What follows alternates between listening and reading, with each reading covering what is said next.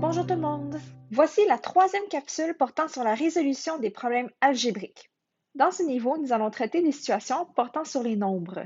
Alors, dans ce premier exemple, on nous dit que la somme de deux nombres naturels consécutifs est de 113 et on veut savoir quels sont ces deux nombres.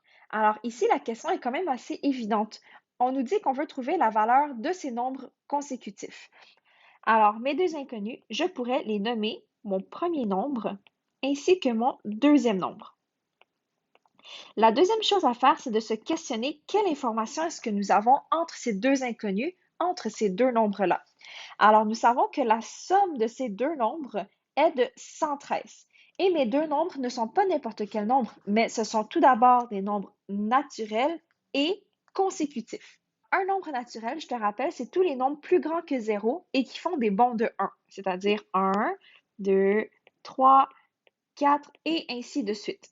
Deuxièmement, lorsqu'on dit qu'on veut deux nombres consécutifs, ça veut dire qu'on veut un nombre à la suite de l'autre. Par exemple, lorsque j'ai la suite 1, 2, 3, 4, eh bien, je veux deux nombres consécutifs, par exemple 1 et 2, ou 2 et 3, 3 et 4, et ainsi de suite.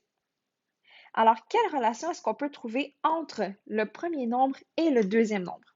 On remarque que lorsqu'on parle de nombres consécutifs, on a créé une certaine suite logique. Entre chacun de mes nombres consécutifs, je sais que j'ai été effectuer des bonds de plus 1.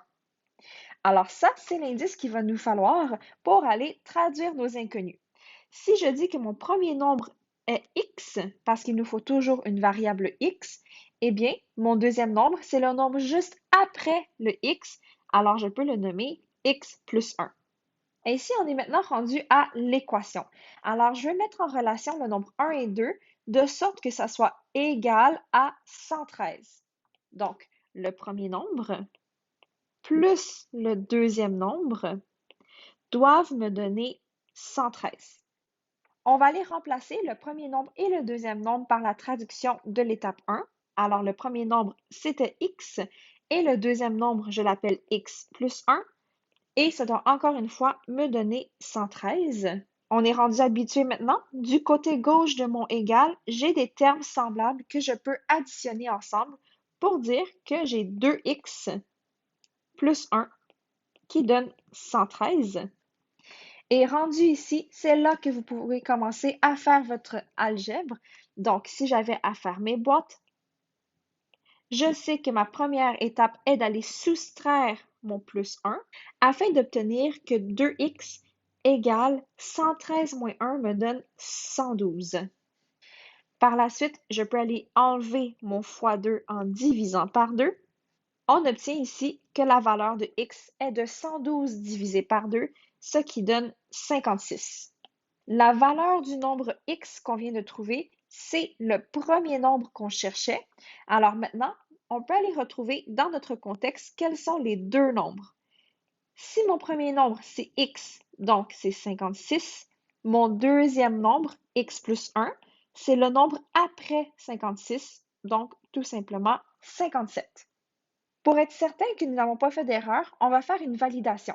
Donc, je reprends l'équation que j'ai créée et je vais m'assurer que ça donne bel et bien 113. Alors, est-ce que le premier nombre, qui est 56, plus le deuxième nombre, 57, me donne bel et bien 113? Lorsque je fais cette addition, je réalise que 56 plus 57 me donne bel et bien 113, alors nous avons été valider notre réponse. Finalement, vous allez écrire votre réponse en phrase. Alors ici, nous avons que les deux nombres sont 56 et 57. Ceci est un premier exemple sur une résolution de problème algébrique portant sur les nombres. Faisons un deuxième exemple ensemble. Ici, nous avons la somme de deux nombres pairs consécutifs qui va donner 142. On veut encore une fois aller trouver ces deux nombres. Alors, dans mes inconnus, je vais procéder de la même manière. Alors, je vais nommer mon premier nombre et mon deuxième nombre. Et on va aller observer qu'est-ce qu'on connaît par rapport à ces deux nombres-là. Les deux nombres seront des nombres pairs, c'est-à-dire 2, 4, 6, 8, 10 ou ainsi de suite, et ils seront aussi consécutifs. La relation qui lie le premier et le deuxième nombre, eh bien, pour passer d'un nombre pair au suivant, on remarque que nous faisons toujours des bonds de plus 2. Ainsi, c'est avec cette information qu'on va aller traduire nos deux inconnus. Si mon premier nombre, c'est x, alors pour obtenir mon deuxième nombre pair, je dois toujours reprendre ce même nombre, mais lui ajouter 2, et comme ça, on va avoir le deuxième nombre pair qui est consécutif. Afin de construire l'équation, on dit que la somme de ces deux nombres doit donner 142. Alors ici, je suis en train de dire que le premier nombre plus le deuxième nombre doit me donner un total de 142. Le premier nombre, c'était x, le deuxième nombre, x plus 2, qui doit donner 142.